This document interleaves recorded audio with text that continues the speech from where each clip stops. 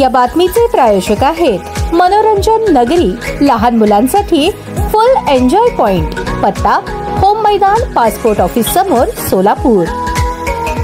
अल्पवयीन मुलीच्या आत्महत्येप्रकरणी तब्बल 9 महिन्यांपासून अटकेत असलेल्या पिता-पुत्रांना घटनास्थळी सापडलेल्या सुसाईड नोटने न्याय मिळवून दिला। मुंबई उच्च न्यायालयाच्या कोल्हापूर सर्किट बेंचने रामसिंग धनीवाले व संतोष धनीवाले या पिता-पुत्रांची जामिनावर मुक्तता करण्याचे आदेश दिले। या प्रकरणी हकीकत अशी, धनीवाले पिता-पुत्रांविरुद्ध सदर अल्पवयीन मुलीने 2 केसेस दाखल केल्या होत्या। ते केसेस काढून घेण्यासाठी धनीवाले पिता-पुत्र त्या अल्पवयीन मुलीला दमदाटी करत होते आणि त्या दमदाटीला कंटाळून त्या अल्पवयीन मुलीने गळफास घेऊन आत्महत्या केली असा आरोप अल्पवयीन मुलीच्या वडिलांनी पोलीस स्टेशनला दाखल केलेल्या फिर्यादीत केला होता। पोलिसांनी घटनास्थळाचा पंचनामा करताना त्या मुलीने लिहिलेली सुसाईड नोट सापडली, ती पोलिसांनी जप्त केली। पोलिसांनी धनीवाले पिता-पुत्रांना अटक केली। त्यांचा जामीन अर्ज सोलापूर सेशन कोर्टाने नामंजूर केल्यानंतर दोन्ही आरोपींनी ॲडव्होकेट जयदीप माने यांच्यामार्फत उच्च न्यायालयात जामीन अर्ज दाखल केला होता। सदर जामीन अर्जाची सुनावणी मुंबई उच्च न्यायालयाच्या कोल्हापूर सर्किट बेंचचे न्यायमूर्ती शिवकुमार डिगे यांच्या समोर झाली। जामीन अर्जाच्या सुनावणी दरम्यान आरोपीचे वकील ॲडव्होकेट जयदीप माने यांनी न्यायालयाच्या निदर्शनास आणून दिले की मयत मुलीने लिहिलेल्या सुसाईड नोटमध्ये आरोपीच्या नावाचा उल्लेख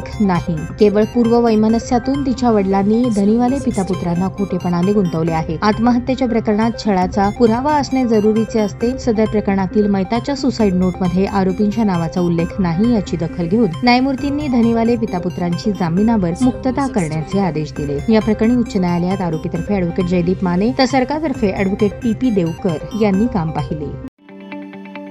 ताज्या बातम्या पाहण्यासाठी प्राईम महाराष्ट्र न्यूज चॅनलला सबस्क्राईब करा।